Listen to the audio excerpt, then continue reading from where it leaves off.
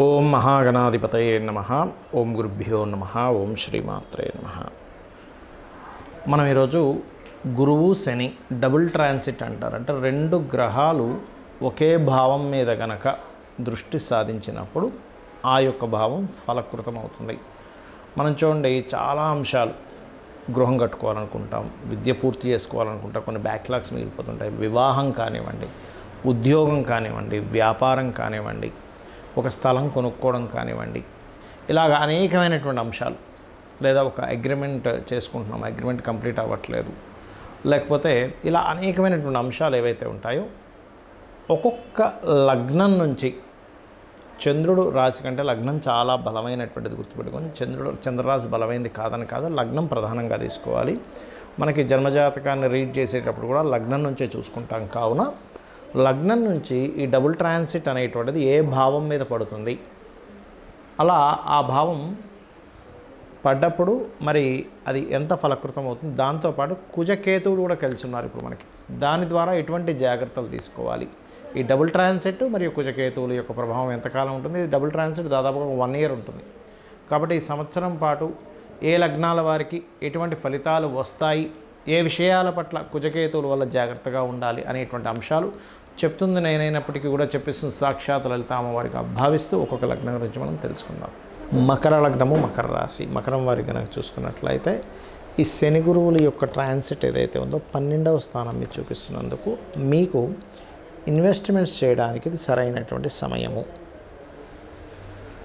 12వ స్థానం అనేటువంటిది ఇన్వెస్ట్మెంట్ ఒకటే కాకుండా విదేశాలకి వెళ్ళాలి అని ఎప్పటి నుంచో ప్రయత్నం చేస్తుంటారు. అందులో ముఖ్యంగా ధన సంపాదన కోసం, ఉద్యోగం కోసం వెళ్ళాలని, లేదా ఏదైనా ఒక కంపెనీతో డీల్స్ ఏర్పరచుకొని ఇంపోర్ట్ ఎక్స్పోర్ట్ అంటే పలానా వస్తువులు అక్కడ దొరుకుతాయి, ఇక్కడికి దిగుమతి చేసుకొని దాన్ని మార్కెట్లోకి పంపించి తద్వారా ధనం సంపాదించుకునేటువంటి ప్రయత్నానికి ఇది సరైనటువంటి సమయం చెప్పాలంటే. ఇన్వెస్ట్మెంట్స్ చూడండి, మనం ఒక్కోసారి ఏదైనా ఒక ల్యాండ్ కొంటాం, ప్రాపర్టీ, ఇట్లాంటి వాటికి కూడా సరైన సమయం. కాకపోతే ఇక్కడ మీరు ల్యాండ్ విషయం మాత్రం, అంటే కట్టిన గృహం వరకు నో ప్రాబ్లం, కానీ ఓన్లీ ల్యాండ్ విషయం కనుక తీసుకున్నట్లయితే మకర లగ్నం నుంచి 4వ అధిపతి కుజుడు కేతువుతో అష్టమంలో ఉన్నాడు. కాబట్టి ఇది పర్టికులర్గా మీరు ముఖ్యంగా మీరు ఓన్గా ల్యాండ్ కొనేటప్పుడు కానీ, మీ తాతగారి ఆస్తికి సంబంధించిన విషయంలో మీరు ఏదైనా పొందే విషయంలో కానీ 1కి 4 సార్లు అక్కడ మీరు ఏదైనా ల్యాండ్ మీ వర్గుకి సరైనటువంటి డైరెక్షన్ కాకుండా వేరేది ఏదైనా తీసుకుంటున్నారా అంటే, మనకి వాస్తులో నేను చెప్పాను ఆల్రెడీ, ఆ నుంచి అమ్మహ వరకు ఏ ఫేసింగ్ పనికి వస్తుంది, ఆ కక్క వాళ్ళకి ఏ ఫేసింగ్, చచ్చ వాళ్ళకి ఏ ఫేసింగ్ అని చెప్పాను. అంటే ఇంకా చాలామంది తెలియక నక్షత్రం బట్టి అనుకుంటారు. కాదు, మిమ్మల్ని ఏ పేరుతో పిలుస్తారో అది మీ పేరు నక్షత్రపరంగా పెట్టినా పెట్టకపోయినా మిమ్మల్ని పిలిచే పేరే గుర్తుపెట్టుకోండి. అందులో మళ్ళీ ముద్దు పేర్లు ఇవి కాదు, అఫీషియల్గా మీకు డాక్యుమెంట్లో ఉండేటువంటి పేరు ఎవరైతే పిలుస్తుంటారో ఆ పేరు బట్టి మీరు డైరెక్షన్ ఎంచుకోవాలి. అలాగే ఇక్కడ ఈ కుజకేతువులు కలిసి 4వ అధిపత్యం ఉన్నప్పుడు తెలియకుండానే కొన్నిసార్లు తూర్పు భాగం కానీ ఈశాన్య భాగం కానీ పాడైనటువంటి ఫేసింగ్స్ ఉన్నటువంటి అక్కడ ఏదైనా పగుళ్ళు రావడం, కట్ అవ్వడం ఇట్లాంటివి ఉన్నవి తీసుకుంటూ ఉంటారు. తద్వారా ఇబ్బంది పడతారు. కాబట్టి ల్యాండ్ తీసుకునేటప్పుడు పొలంలో కొంతమంది రైతులు పిచికారీ చేయవలసినవి సరిగా చేయకపోవడం వల్ల పురుగులతో ఇబ్బంది రావడం, పంట మీద ఇటువంటివి జరుగుతుంటాయి. కాబట్టి ఈ విషయంలో జాగ్రత్తగా ఉండండి. తాతగారు ఆస్తికి సంబంధించిన విషయంలో, విభజన చేసుకునే విషయంలో కూడా కొన్ని రాంగ్ డెసిషన్స్ తీసుకుంటారంటే ఈ విషయంలో జాగ్రత్తగా ఉండండి. కాకపోతే మీరు ఇంపోర్ట్ ఎక్స్పోర్ట్ చేసేటువంటి వారికి, ఇన్వెస్ట్మెంట్స్కి, వివాహ జీవితంలో ఏమైనా గతంలో ఏమైనా చిన్న చిన్న డిస్ప్యూట్స్ వస్తే అవి క్లియర్ అవ్వడానికి ఈ గురుశనుల యొక్క డబుల్ ట్రాన్సిట్ బ్రహ్మాండంగా కలిసి వస్తుంది. కాకపోతే మీరు ఎవరికి అప్పులు ఇవ్వకండి, అప్పుల వల్ల ఇబ్బంది పడతారు. హెల్త్ రిలేటెడ్ సంబంధించిన విషయంలో కూడా కొంత తొందరపాటు నిర్ణయాలు తీసుకోకండి. కొంచెం నరాలు లాగడం కానీ, కొంతమందికి చూడండి ఒక పక్షవాతం లాంటివి ఉంటుంటాయి. అటువంటి విషయాల్లో ఈ మకర లగ్నం వారు మరింత జాగ్రత్త వహించాలి, గుర్తుపెట్టుకోండి.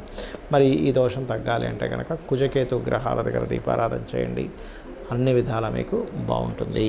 ఈ డబుల్ ట్రాన్సిట్ అనేటువంటిది ఏదైతే ఉందో, ఈ పిశాచి యోగం ఏదైతే ఉందో, మరి పర్సనల్ చార్ట్లో ఎవరికైనా డబుల్ ట్రాన్సిట్ ఏ భావం మీద పడితే ఇటువంటివి వాళ్ళు ఫ్రూట్ఫుల్ పొందుతారు. ఎందుకంటే అసలు మనం ఇంకా ఈ జన్మలో మనం ఇది ఫ్రూట్ పొందుతామా లేదా అనుకునేటువంటి దానికి ఈ డబుల్ ట్రాన్సిట్ చక్కగా ఉపయోగపడుతుంది. దీన్ని గురుకర్మ యోగము అని కూడా ఉంటారు జన్మజాతకంలో.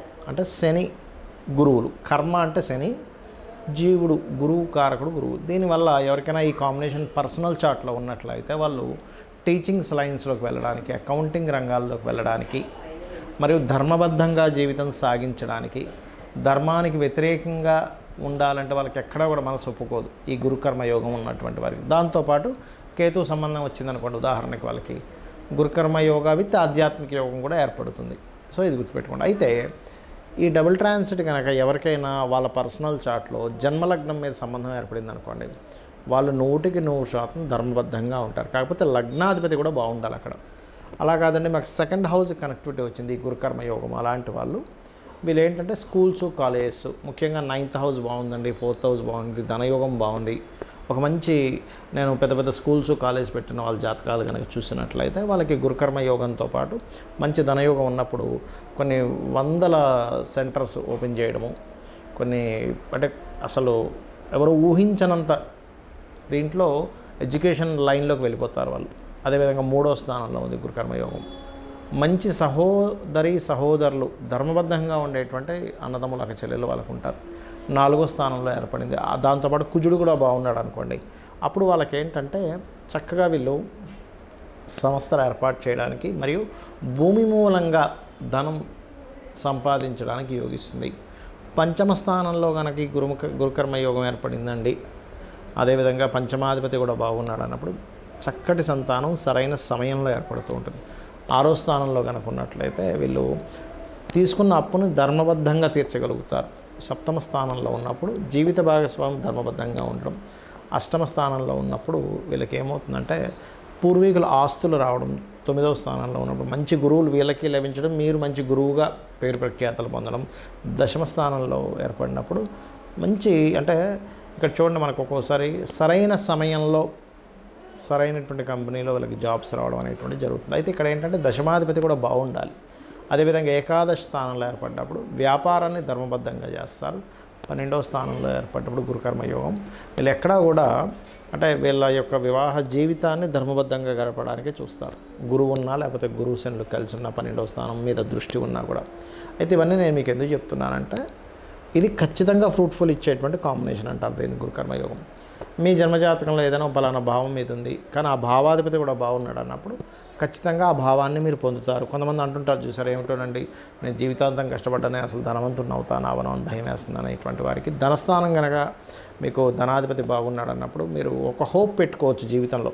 ఎస్ నేను ఖచ్చితంగా ఏదో రోజు కేఎఫ్సి అధినేత చూడండి ఆయన 70వ ఏట 65-70వ ఏట ఆయన మొత్తం ఆయన యొక్క సామ్రాజ్యాన్ని విస్తరించగలిగాడు. అంటే ఏంటంటే ప్రతి వ్యక్తికి కూడా వాళ్ళ యొక్క జాతక చక్రంలో ఒక గొప్ప యోగం ఇలాంటి డబుల్ ట్రాన్సిట్ యోగం ఉన్నప్పుడు ఖచ్చితంగా వాళ్ళకి ఒక మంచి లైఫ్ అనేటువంటిది ఉంటుంది. చాలామంది ఏంటంటే ఇవన్నీ వదిలిపెట్టేసి కేవలం ఏలినాటి శని వల్ల నేను ఇబ్బంది పడుతున్నాను, కాల్సర్ప యోగం వల్ల ఇబ్బంది పడుతున్నాను అని బాధపడుతూ ఉంటారు. ఒకటి గుర్తుపెట్టుకోండి, మీ పర్సనల్ చార్ట్లో అసలు ఏ మహాదశ నడుస్తుంది ఇది కేవలం తాత్కాలికమే. కొన్నిసార్లు కొన్ని మహాదశలు 5-6 ఏళ్ళు ఉన్నప్పుడు ఇంకా బ్యాలెన్స్ ఉన్నప్పుడు 5-6 ఏళ్ళ తర్వాత మీకు బాగుంటుంది. ఒక్కోసారి కొన్నిసార్లు కొన్ని కష్టం కూడా రావడం మంచిగా జరుగుతుంటుంది. అంటే ఎలా అంటే ఆ పర్టికులర్ పీరియడ్లో స్ట్రగుల్ అయినప్పుడు మనిషి చాలా స్ట్రాంగ్ అవుతాడు. ఆ స్ట్రాంగ్ మైండ్, స్ట్రాంగ్గా ఉండేటువంటి విల్ పవర్ వాళ్ళ లైఫ్లో ఒక స్టేజ్కి తీసుకెళ్తుంది. అంటే మీరు ఒక స్టేజ్కి వెళ్ళాలని యోగం ఉన్నప్పుడు చాలామంది ఏమంటుంటారంటే ఏమండి ఎవరు చూసినా నా జన్మజాతకంలో అద్భుతమైన యోగం ఉంది, చాలా పెద్ద కోటీశ్వరులు అవుతావు అంటున్నారు, కానీ నేను చూస్తే ఇన్ని కష్టాలు పడుతున్నాను ఏమిటిది అంటూ ఉంటారు. నేను ఒకటే చెప్తాను, ఏ కోటీశ్వరుడైనా ఎంత పెద్ద బిజినెస్ మ్యాన్ అయినా ఒకప్పుడు కష్టపడ్డ వ్యక్తే. ఆ కష్టపడ్డాడు కాబట్టే సఫర్ అయ్యాడు కాబట్టే అంత స్ట్రాంగ్ అవుతాడు. మిమ్మల్ని స్ట్రాంగ్ చేయాలంటే ఫస్ట్ గ్రహం ఒక కష్టాన్ని ఇస్తుంది, గుర్తుపెట్టుకోండి. కష్టం ఇవ్వకుండా స్ట్రాంగ్ అవ్వలేరు ఎవరు. మనం మజిల్స్ పెంచాలన్నా మన బాడీకి మన మజిల్స్కి ఫస్ట్ కష్టాన్ని ఇవ్వాలంటే ఒక పెయిన్ ఇవ్వాలి. పెయిన్ ఇచ్చిన తర్వాతే అది స్ట్రాంగ్ అవుతుంది.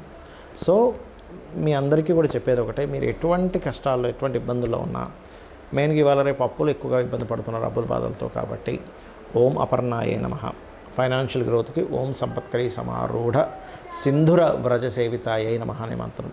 లేదండి నాకు హ్యాపీనెస్ లేదు, బిజినెస్లో ఇంప్రూవ్మెంట్స్ లేవనుకునేటువంటి వారు ఓం ఇంద్రగోప పరిక్షిప్త స్మరతోనాభచంగికాయే నమః.